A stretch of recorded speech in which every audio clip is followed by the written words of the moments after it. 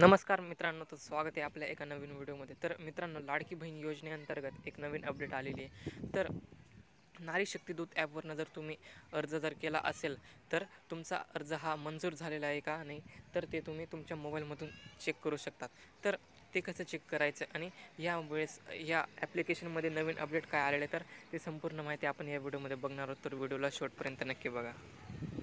तर मित्रांनो, सर्वात पहिले तुम्हाला नारी शक्ती दूत ॲप हे अपडेट करून घ्यायचं आहे. तर पहिले तुम्हाला प्ले स्टोअरमध्ये यायचं आणि या ठिकाणी नारी शक्ती दूत ॲप हे सर्च करायचं आणि तुम्हाला या ठिकाणी अपडेट करण्याचं या ठिकाणी ऑप्शन मिळेल. तर या ठिकाणी अपडेट बटनावर तुम्हाला क्लिक करायचं आहे.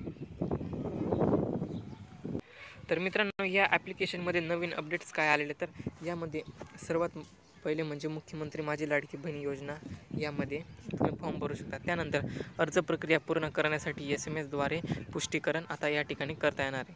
त्यानंतर भरलेल्या अर्जामध्ये बदल करण्याची संधी दिली जाईल. म्हणजे काही तुमचा फॉर्म जर चुकलेला असेल तर तुम्ही येथून या ठिकाणी बदल करू शकतात. त्यानंतर ॲपमध्ये अधिक स्थिरता आणि UI म्हणजे युजर इंटरफेसमध्ये सुधारणा करण्यात आलेली आहे. त्यानंतर अर्ज सादर केल्यानंतर अर्जाची संपूर्ण माहिती तुम्हाला आता या ठिकाणाहून पाहता येणार आहे. त्यानंतर सर्वेक्षण स्थितीबद्दल माहिती दर्शवली आहे, म्हणजे स्टेटस तुमचा फॉर्म हा ॲप्रूव्ह झालेला आहे की नाही, तर तुम्ही या ठिकाणाहून चेक करू शकता. त्यानंतर सर्वेक्षण स्थिती अपडेट सूचना मिळतील, म्हणजे तुमच्या फॉर्मबद्दल तुम्हाला काही नोटिफिकेशन असेल तर तुम्हाला या ठिकाणी बघता येईल. तर मित्रांनो, या ठिकाणी आपण नारी शक्ती दूत ॲप हे अपडेट करून घेतलेले. तर या ठिकाणी तुम्हाला लॉग इन करून घ्यायचं आहे. त्यानंतर यापूर्वी केलेले अर्ज या बटनावर तुम्हाला क्लिक करायचं आहे. त्यानंतर तुम्हाला या ठिकाणी तुम्ही अर्ज भरलेला असेल तर तुम्हाला या ठिकाणी दिसणार आहे.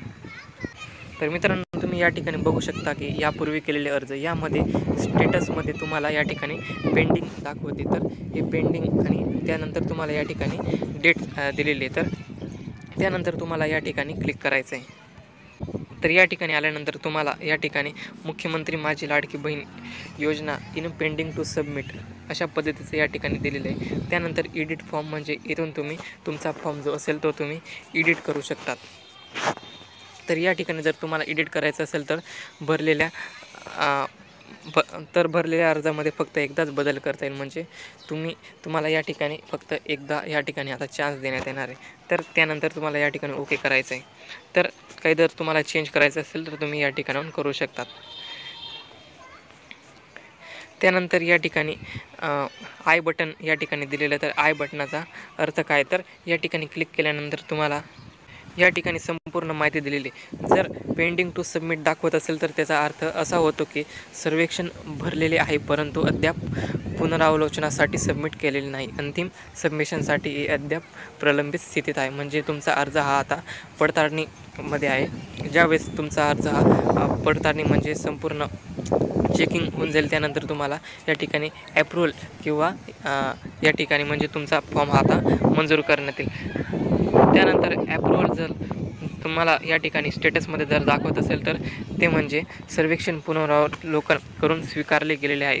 सबमिटरकडून आणखी कोणतीही कारवाई आवश्यक नाही, म्हणजे तुमचा फॉर्म आता हा या ठिकाणी मंजूर करण्यात आलेला आहे. त्यानंतर जर इन रिव्ह्यू जर तुम्हाला स्टेटसमध्ये जर दाखवत असेल तर त्याचा अर्थ असा होतो की सर्वेक्षण सध्या पुनरावलोकन तर मूल्यांकन केले जात आहे. सबमिटर फीडबॅक किंवा मंजुरीसाठी वाट पाहत आहे, म्हणजे तुमचा फॉर्म आता हा या ठिकाणी पडताळणी होत आहे आणि या ठिकाणी सबमिटर फीडबॅक किंवा मंजुरीसाठी या ठिकाणी तुम्हाला या ठिकाणी वाट पाहावं लागणार आहे. त्यानंतर जर तुम्हाला स्टेटसमध्ये रिजेक्ट दाखवत असेल तर म्हणजे तुमचा फॉर्म आता या ठिकाणी रिजेक्ट केलेला गेलेला आहे. तर सर्वेक्षण पुनरावलोकन करून स्वीकारला गेलेलं नाही, हे पुन्हा सबमिट केले जाऊ शकत नाही आणि आणखी कोणतीही कारवाई आवश्यक नाही. त्यानंतर डिसॲप्रूव्ह म्हणजे कॅन एडिट अँड रिसबमिट. जर तुमचा फॉर्म जर या ठिकाणी रिजेक्ट झालेला असेल तर तुम्ही या ठिकाणी सबमिट एडिट करूनसाठी तुम्ही पुन्हा या ठिकाणी सबमिट करू शकतात. सर्वेक्षण पुनरावलोकन करून स्वीकारले गेले नाही, परंतु सबमिटरला बदल करून पुन्हा तुम्हाला या ठिकाणी फॉर्म सबमिट करता येणार आहे. तर मित्रांनो, या ठिकाणी फॉर्म भरलेल्या म्हणजे यापूर्वी केलेल्या अर्जामध्ये जर तुम्ही या ठिकाणी बघितलं तर स्टेटसमध्ये खूप साऱ्या लोकांचं या ठिकाणी पेंडिंग स्टेटस दाखवते. तर ते काही दिवसांनी दुसऱ्या स्टेजवर जाईल, तर तुम्हाला या ठिकाणी स्टेटसमध्ये बदल दाखवला जाईल. तर अशा पद्धतीची ही संपूर्ण माहिती होती.